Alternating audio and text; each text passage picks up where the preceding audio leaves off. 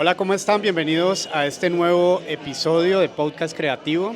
Nos encontramos en el Café Identidad, acá en el centro de la ciudad.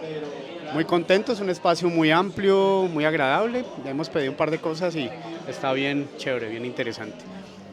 Hoy hemos invitado a Andrés Urrutia, un referente de creatividad, sobre todo desde la academia. Me parece importante que toquemos el tema de la creatividad desde lo que se vive en las aulas en estos días, en esta época en que pues tenemos muchos cambios. Entonces, Andrés, bienvenido a este espacio y primero pues cuéntanos o cuéntales a las personas que nos están viendo quién eres, a qué te dedicas, estudias, trabajas, todas esas cosas. ¿Qué más, Alejo? ¿Cómo vamos? Bueno, pues primero que todo agradecerte por la invitación, también a Rummel, muchísimas gracias. Muy bacano como este espacio, hablar de todo este tema de creatividad, pues me parece muy valioso y más que soy docente, soy diseñador gráfico la del Cauca y soy docente hace realmente muchos años. Creo, si no me equivoco, más o menos soy docente hace unos 18 años. Es decir, creo que yo arranqué siendo docente como a los 29 años y ya tengo 48, ya estoy viejito, soy vieja guardia. Y entonces, claro, el tema de la creatividad es un tema que siempre ha sido transversal a todo mi proceso, tanto como diseñador como docente. Primero fui docente en la Universidad del Cauca, más o menos unos 10, 11 años. Y después pasé al Colegio Mayor del Cauca en un programa nuevo, que es el programa de diseño visual. Entonces siempre en ese proceso, para mí ha sido un tema de reflexión constante, porque pues indiscutiblemente el diseño en cualquier área visual, gráfico, industrial, de moda, la creatividad es un tema que siempre se ha abordado y es un tema que de alguna forma me siento en la responsabilidad de ayudarle a entender a los estudiantes que están en ese proceso de formación.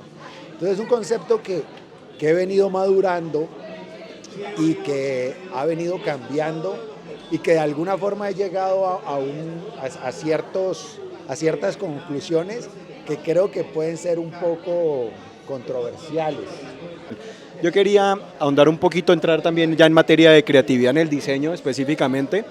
Digamos que la creatividad para nosotros es como el eje transversal, ¿no? O sea, tenemos casi todo tipo de proyecto, propuesta que llega a un diseñador, siempre la propuesta es, bueno, usted cómo lo plantea, cómo soluciona desde la comunicación un aspecto visual, un aspecto narrativo, audiovisual.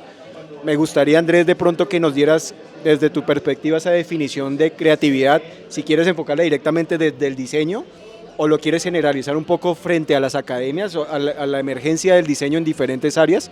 ¿Cómo lo percibes tú ahora y cómo ha sido históricamente esa percepción de diseño gráfico? Es un concepto que he venido madurando, que he venido reflexionando como docente y también como diseñador, y de alguna forma siento y siempre tuve la sensación que la creatividad, no sé si sea el término adecuado, estaba como sobrevalorada. No sé si sea el término, pero lo que quiero decir es que como que siempre se nos exige a los diseñadores o también a los estudiantes en diseño que siempre tienen que ser creativos, que siempre, que cada expresión que vayamos a hacer, cada acto, cada producción que vamos a hacer, tiene que tener un componente fuerte en creatividad.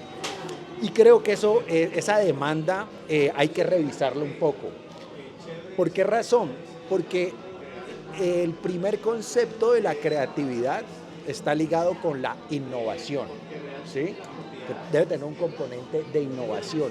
Pero para mí la innovación o la reflexión que he hecho frente a la innovación es que la innovación es necesaria si de alguna forma las estrategias tradicionales no funcionan. Entonces ahí entra la innovación y tiene que mejorar lo tradicional. Es decir, mi reflexión es que la innovación no se puede dar simplemente por el hecho de innovar. Tiene que haber un proceso o sustancial de mejora. Porque si las cosas se vienen haciendo de tal forma y funcionan, y solamente tal vez por el acto, digamos, narcisista de innovar o por el ego, y los resultados son menores que lo tradicional, pues no tiene sentido la innovación.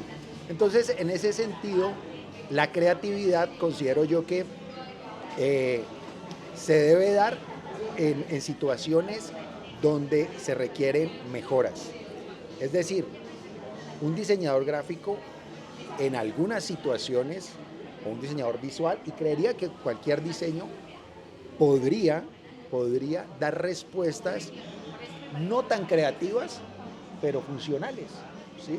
Es decir, esa demanda constante que no tiene que ser lo más creativo, puede generar de alguna forma cierto ruido o ciertos elementos que no van a ayudar a conseguir los resultados, por esa necesidad casi desesperada por la creatividad. Entonces, ese es el primer punto que me gustaría tocar. No siempre se necesita ser el más creativo y no siempre se necesita ser el más innovador. Pero sí necesitamos ser creativos porque en muchas ocasiones, porque el contexto cambia, porque hay nuevas herramientas, hay nuevas situaciones, necesitamos dar respuestas creativas, porque el mundo no es estático. Si fuera estático no necesitaríamos de la creatividad. Pero el tema es que en algunos casos se necesita ser creativo y en otras tal vez no tanto. Ese es el primer punto. Y frente a lo que para mí es la definición de creatividad, hay un autor que es yo soy académico, un autor con el que tengo como mucha afinidad, que es Norberto Chávez. Y él en una charla hablaba del concepto de creatividad, lo cito, porque no es un concepto mío, pero es un concepto que me parece muy pertinente, y él dice que la creatividad está relacionado íntimamente con la inteligencia. Entonces, ¿él qué dice? ¿Qué es una persona creativa? Primero, es una persona que tiene mucha información, y que la creatividad se da en un proceso de trabajo, en un proceso productivo. Entonces él dice, una persona que tiene mucha información y que está en proceso productivo, eventualmente puede hacer conexiones con toda esa información que a otra persona no se le ocurre. ¿Hace sintaxis cerebral todo el tiempo? Totalmente. Pero entonces uno necesita, él cita y dice, uno necesita tener un disco duro cargado, lleno de mucha información, para poder hacer conexiones que a otra persona no se le ocurre. Y tiene que ser en un proceso productivo, en un proceso donde yo estoy tratando de buscar una solución y digo, ve, ¿y si pasa eso? Y de ahí la creatividad tiene otro componente, y es que cada ser humano tiene un disco duro diferente, tiene unas vivencias diferentes. Entonces, la creatividad se puede convertir en algo totalmente subjetivo. Lo que se te ocurre a ti no se me ocurre a mí, o no se te ocurre a ti. A mí me parece que es muy interesante esa edad en la que estamos, nos llevamos pocos años, pero nosotros logramos vivir algo que fue el paso de lo análogo a lo digital. Eso pues evidentemente se puede ver en las sesiones de clase, ¿no? en las aulas.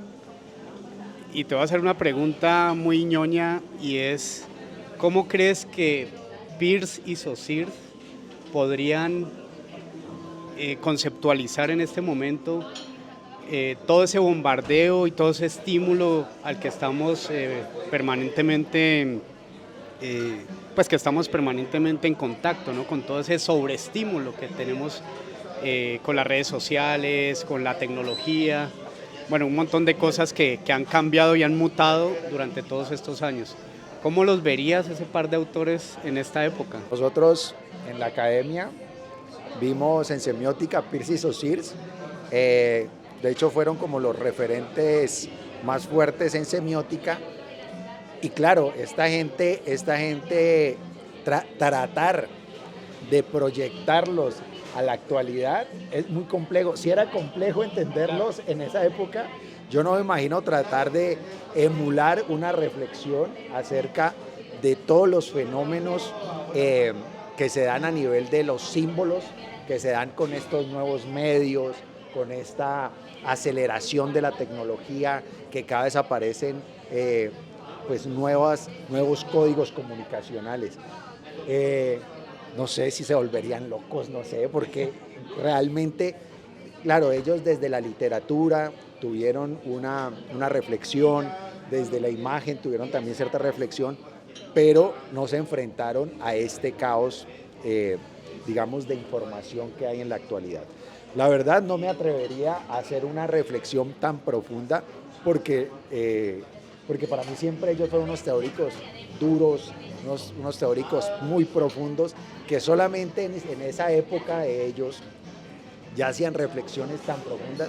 No me imagino cómo pueden llegar a hacer las reflexiones de ellos en la actualidad. Humberto Eco era, pues ese man es periodista, ese man era columnista, escritor y semiólogo. Y él también creo que hizo una actualización de Peirce y Saussure más reciente de la semiología, porque anteriormente era semiología, él ya le dice semiótica como término. Bueno, hablemos del proceso creativo. Cuando tienes un reto, lo debes diseñar. Hablemoslo desde el punto de vista del profesional en diseño, que genera una identidad, una marca, y del profe, pues, que tiene que preparar una clase en un mundo, pues, que es totalmente diferente al que conocimos anteriormente, ¿no? Entonces, ¿cómo enfrentas ese reto creativo, ¿no? De o trabajar en una marca o plantear un ejercicio dentro del aula? ¿Cómo te preparas para salir con algo, pues que rompa los estándares, ¿no? O que sea algo creativo y que impacte en la sociedad y en los muchachos? Yo he tratado como de despegarme del peso de la creatividad. Es decir, como que si eventualmente el proceso requiere de mucha creatividad, hago el esfuerzo, o si lo puedo resolver como lo he venido resolviendo anteriormente, lo resuelvo así. Lo importante es dar respuesta y solucionar, digamos, la situación. Cuando soy diseñador, ser diseñador y ser docente, creo que son dos cosas totalmente diferentes, totalmente diferentes. Cuando soy diseñador y me enfrento a una necesidad de un tercero o de un cliente, me baso mucho en lo que te dije al principio, en ese tema del disco duro. Entonces, hay un punto en las metodologías del diseño que es la búsqueda de referentes. Eso es algo que todos los diseñadores buscamos. Esa búsqueda de referentes es de alguna forma tratar de organizar un pedacito de ese disco duro que tiene, hacer que sea un poco más especializado esa base de datos que necesito para ver qué conexiones surgen y dar una respuesta posiblemente creativa o muy creativa. Entonces, esa parte de la búsqueda de los referentes me parece fundamental porque uno puede ver algo que haya hecho alguien y lo relaciona con una experiencia que uno ha tenido o con algo que ha hecho otra persona. Entonces, no es copiar, es relacionar. Lo que les decía es hacer sinapsis de diferentes experiencias para poder dar respuesta a la necesidad del cliente. Entonces, ahí va a haber un proceso creativo como diseñador. Con la docencia, yo he tenido una experiencia que es la siguiente. Por mucho tiempo, uno ha sido docente empírico. Diseñador, uno tuvo una formación y le dieron unos métodos, ¿sí? Como docente fue totalmente empírico. Uno trataba de transmitir lo que aprendió. Y paulatinamente en ese proceso uno se da cuenta de qué podía funcionar, qué no podía funcionar. Uno creía, uy, esto va a funcionar, y no funcionaba para nada. Y hace unos años hice una maestría en educación y fue muy bacano porque de alguna forma ya me formaron como educador y podía decir, ve, esto yo lo hacía de forma intuitiva, esto que tal teórico dice que se puede hacer, yo lo hice de forma intuitiva, o también digo, uy, yo acá le estaba embarrando feo. Entonces, en el proceso educativo, lo que se plantea o a la reflexión que yo he llegado es que lo que hay es que cederle el control al estudiante. Uno es simplemente una guía y un observador para que no se vaya a descontrolar. Uno entrega el control, pero está ahí pendiente para que no se descontrole. Y digamos, hay muchas didácticas y pedagogías, digamos, que son, digamos, más contemporáneas, que no es la de simplemente transmitir la información, sino de que el estudiante o el alumno sea el que produce, ¿sí? De hecho, esas tienen nombres. Hay una metodología que se utiliza mucho en diseño, y yo utilizo mucho, que es aprendizaje basado en proyecto, ¿sí? Entonces yo lo que hago es planteo el proyecto, es más, en algunos casos ellos tienen que plantear el proyecto. Y de ahí ellos tienen que empezar a trabajar y uno está como observador, como un observador viendo, puede dar pistas, ¿sí? Ve, pensate esto, puede hacer ajustes en la metodología, que sean muy autocríticos. Siento que el proceso de aprendizaje, la autocrítica es fundamental. Más que decirle, no, esto está mal, es que ellos mismos digan, no, esto se puede mejorar. El estudiante que desarrolle la autocrítica tiene el camino para crecer y crecer, creo que en cualquier área de la vida. La autocrítica creo que es fundamental, pues sin darse duro, sino como pensando que las cosas se pueden hacer mejor. Entonces, son situaciones diferentes y siendo docente, más que ser creativo, lo que trato es que me interesa más que ellos sean los creativos que yo. Andrés, yo he venido reflexionando sobre la IA, ¿sí? Sobre todo en la carrera, ¿sí? Ahorita casi todo se está revolucionando en este año, sobre todo hace poco ya estudió Ghibli y ya está encabronado con la IA, con esta imagen generativa, y asimismo extrapolable al trabajo del diseñador. Generalmente las propuestas de marca he venido identificando una mejora en las propuestas de la inteligencia artificial. Y por un lado, en la reflexión que yo venía inicialmente viendo sobre estos cambios, al principio me preocupaba, ¿sí? Al principio me preocupaba porque uno siempre se plantea la pregunta, ¿esto nos va a reemplazar? ¿Esto en algún momento la IA va a ser tan sofisticada que se va a ejecutar como un proceso reemplazable dentro del quehacer del diseñador gráfico?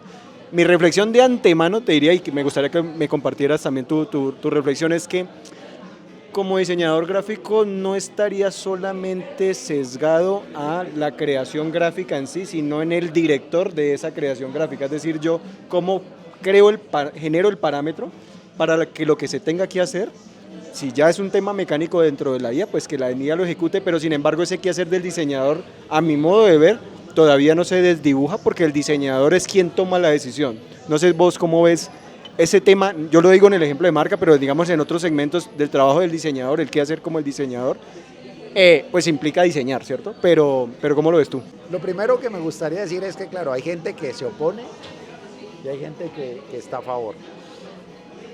Yo creo que, más que a favor, creo que oponerse no es el camino. O sea, eso es un tsunami, es como tratarse de oponer a un tsunami. Y eso va a mejorar, eso va a pagar mil cosas. Eso es como lo primero que yo pienso. Entonces, sí o sí, lo que dice mucha gente, hay que adaptarse. Frente al trabajo del diseño, he hecho una primera reflexión, sin embargo, no sé en qué vaya a terminar todo esto, ¿no? O sea, la proyección de la IA no sé hasta dónde va a llegar. Pero la primera reflexión es esta, miren, cuando yo entré a estudiar artes plásticas, porque en esa época no había diseño, sino artes plásticas, habían estudiantes que tenían un énfasis en diseño gráfico y no habían computadores. O sea, a mí me tocó el primero o segundo semestre, no habían computadores. El art and craft. Era todo a mano. Me acuerdo que los estudiantes iban a las papelerías que quedan al frente del colegio mayor y compraban algo que se llamaba letracet, y eran alfabetos de diferentes letras y funcionaban como esos tatuajes que uno de niño se transmitía aquí, igual, como el transfer. Entonces ellos, para hacer un título de una revista o de un cartel, utilizaban esas letras y iban transfiriendo letra por letra. También había como una máquina que sacaba las columnas, las fotografías, tocaba todo el proceso análogo, las ilustraciones análogas, y ellos lo que cortaban y diagramaban a mano, pegaban, lo montaban en un cartón paja, le ponían un flap para protegerlo. Eso era una vaina que pues como muy admirable, pero había algo súper interesante en eso, y era el control. El control era total, porque yo desde la compra sabía qué letra tenía que escoger, el tamaño. En el momento que iba a transferirlo, yo tenía que definir la distancia que iba a haber entre cada letra, y ya tenía que haber calculado que mi formato era de tal tamaño. ¿No había un control Z? No había control Z, pero sí había un control absoluto de todas las decisiones y las variables gráficas. Cuando llegan los ordenadores, se facilita eso, pero uno empieza a percibir que uno empieza a cederle ciertos elementos al ordenador, empieza a perder el control. Entonces, uno veía, por ejemplo, que utilizaban siempre las mismas tipografías, porque casi no habían tipografías. Entonces, eso es lo que me ofrece el computador. Entonces uno ya detectaba que era hecho un computador porque eran las mismas tipografías. La paleta cromática, limitada, ¿sí? El espaciado entre las letras, el que pone por defecto el computador. Ya se perdía esa capacidad de definir el espacio, entonces ya uno no entraba a eso. Y eso ya después, cuando evolucionaron los equipos, y hasta ahora, lo sigo viendo en estudiantes, que ellos no son capaces de reflexionar frente al espaciado de la letra, sino el que está por defecto. No son capaces de crear una nueva paleta cromática, sino la paleta cromática que trae el software por defecto. Es decir, se cede el control, se pierde el control. Llega la IA y aún más. Yo le doy un prompt, aparece una imagen que me puede gustar, pero tomó una cantidad de decisiones que tú como diseñador no controlas.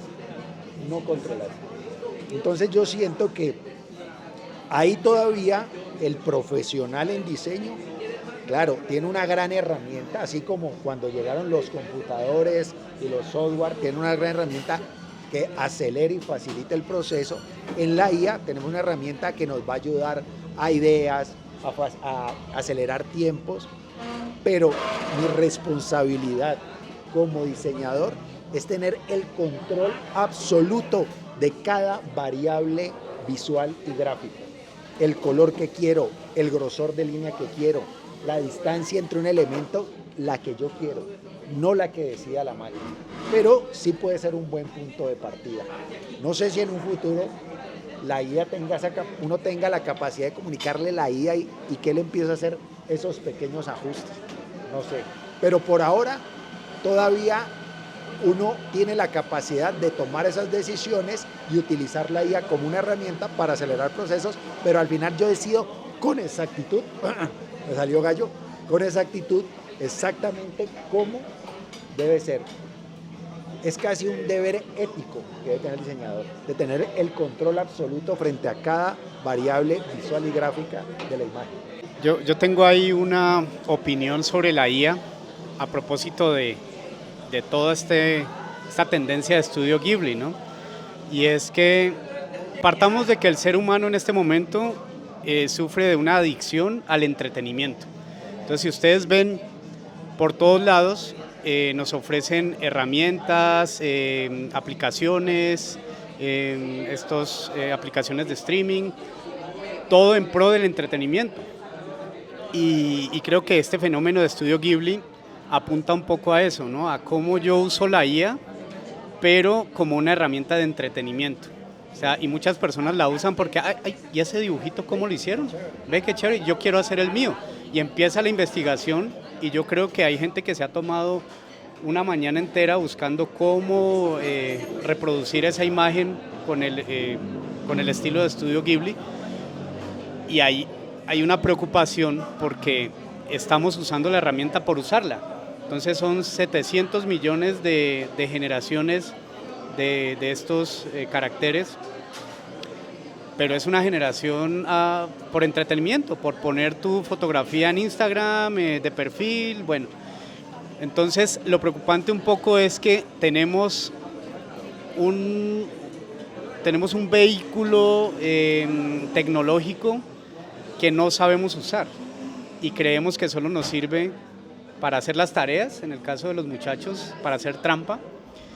Entonces un poco mi reflexión va hacia eso, cómo nosotros, siendo docentes, podemos como voltearle la hoja al asunto, ¿no? Como que sí, usar la IA, pero entonces como tenés esa herramienta, vamos más allá. Entonces yo le ponía a mis estudiantes un ejercicio. Entonces les decía, bueno, vamos a hacer un estado del arte de cierta temática y a partir de ese estado del arte ustedes plantean qué quisieran desarrollar, qué proyecto quisieran desarrollar. Y para eso tienen una hora. No, profe, ¿cómo así? Yo, claro, si lo hiciéramos como lo hacíamos anteriormente, vamos a usar una semana. Yo en mis tesis de pregrado, de maestría, yo usé el mes entero haciendo un estado del arte y un marco teórico. Ahora son en segundos, vos tenés ya todo lo que necesitas leer. Y ellos pues todavía se ríen, ¿no? Porque ellos creen que los docentes no estamos al tanto de la herramienta. No, lo que hay que hacer es decirles, sí, estamos al tanto de la herramienta, pero vamos a usarla bien. Entonces un poco estaba planteando esto porque la preocupación es como el uso que le estamos dando, ¿no? Más que si se queda o no se queda, pues eso ya es un hecho, ¿no? Que lo tenemos acá. Cuando nace el libro, la gente se preocupó porque esa era una herramienta donde vos podías acudir al conocimiento directamente. Bueno, porque todo era de memoria, ¿no? Entonces te medían tu conocimiento por la memoria. Después no, es que no tengo que memorizar todo. Tengo una biblioteca, tengo libros. Y creo que es una tecnología disruptiva que pues, nos cambia nuestra manera de pensar, ¿no? Y sobre todo de disertar todo lo que estamos viviendo en este momento.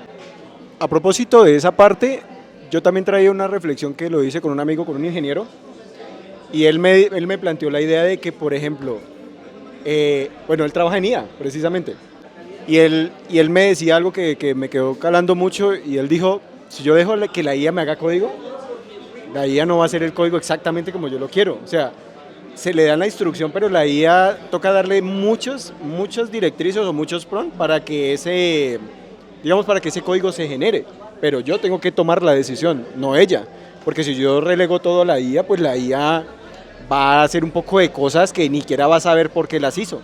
Entonces, esos pronos, esas descripciones que yo tengo que fijarle a la IA, realmente son decisiones que yo mismo tengo que tomar, no la IA directamente.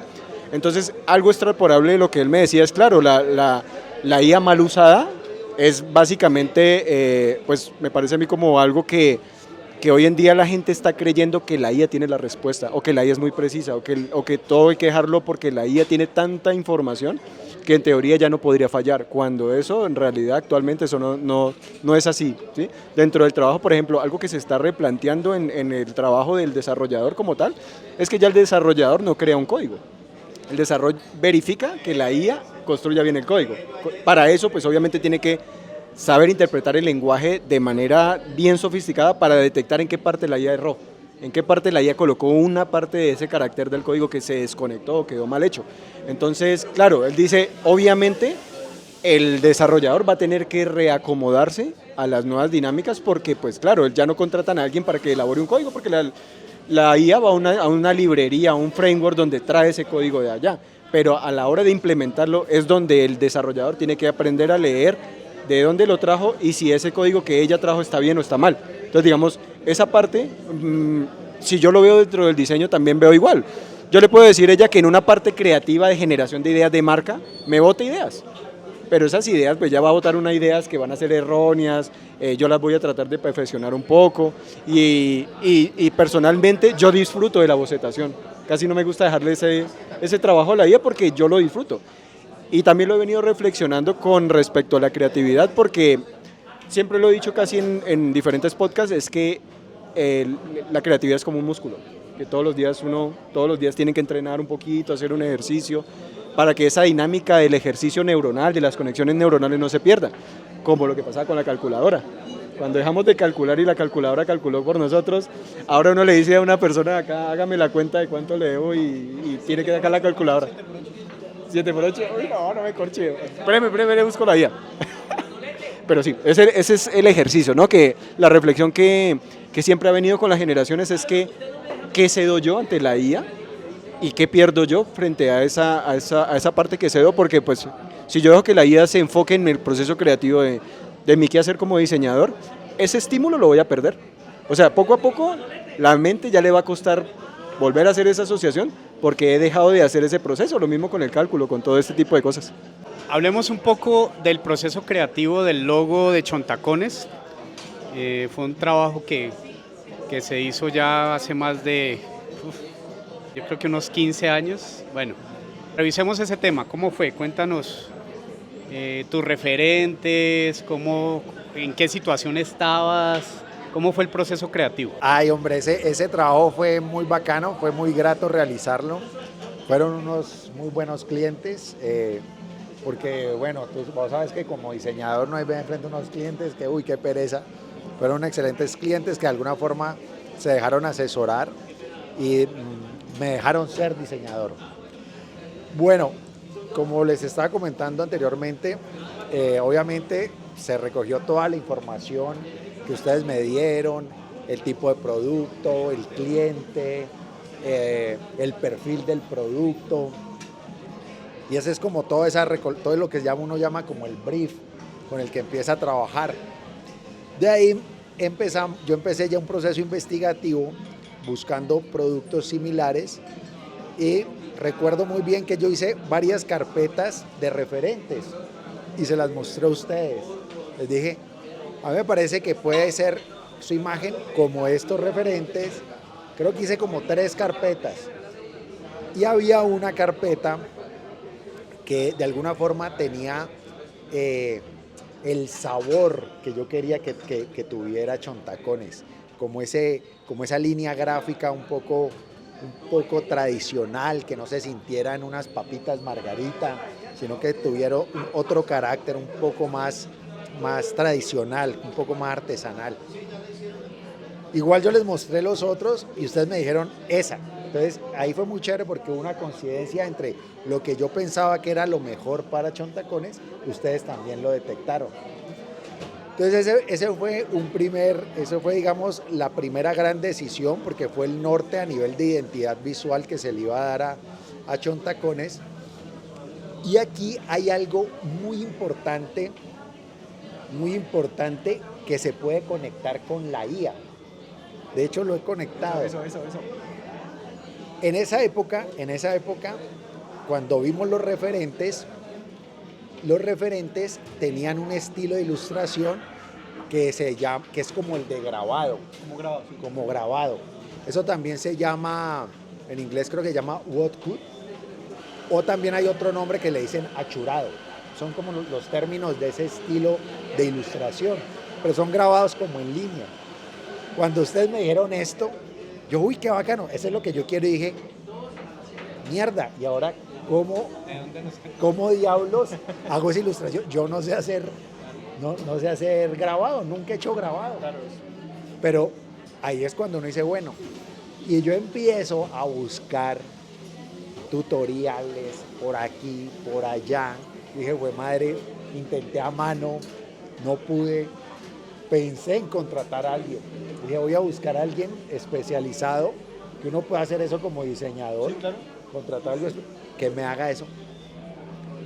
Hasta que encontré me acuerdo un tutorial en Photoshop de cómo hacerlo, cómo texturizarlo. Entonces tomé la decisión, dije, bueno, voy a hacer unos chontaduros porque de alguna forma, como era un producto novedoso, quería reforzar que venía de un chontaduro y se tenía que entender que era un chontaduro.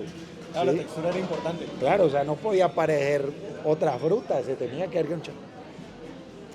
Y cogí apliqué el efecto, no, eso no se entendía, hermano.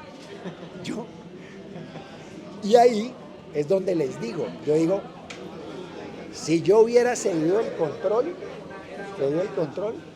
te paso la propuesta que me da el efecto de Photoshop.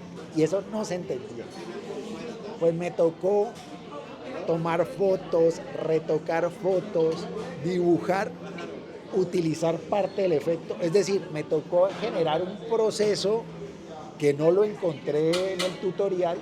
El tutorial o la técnica que me da el tutorial me daba ciertos elementos, pero me tocó hacer una cantidad de maromas para controlar lo que les decía, para controlar ese exactamente como yo quería. Entonces, claro, la tecnología me ayudó, pero me tocó de alguna forma hacer un sobreesfuerzo para que el resultado fuera exactamente como yo quería. Y hace poco estuvimos trabajando con una alumna en su trabajo de grado.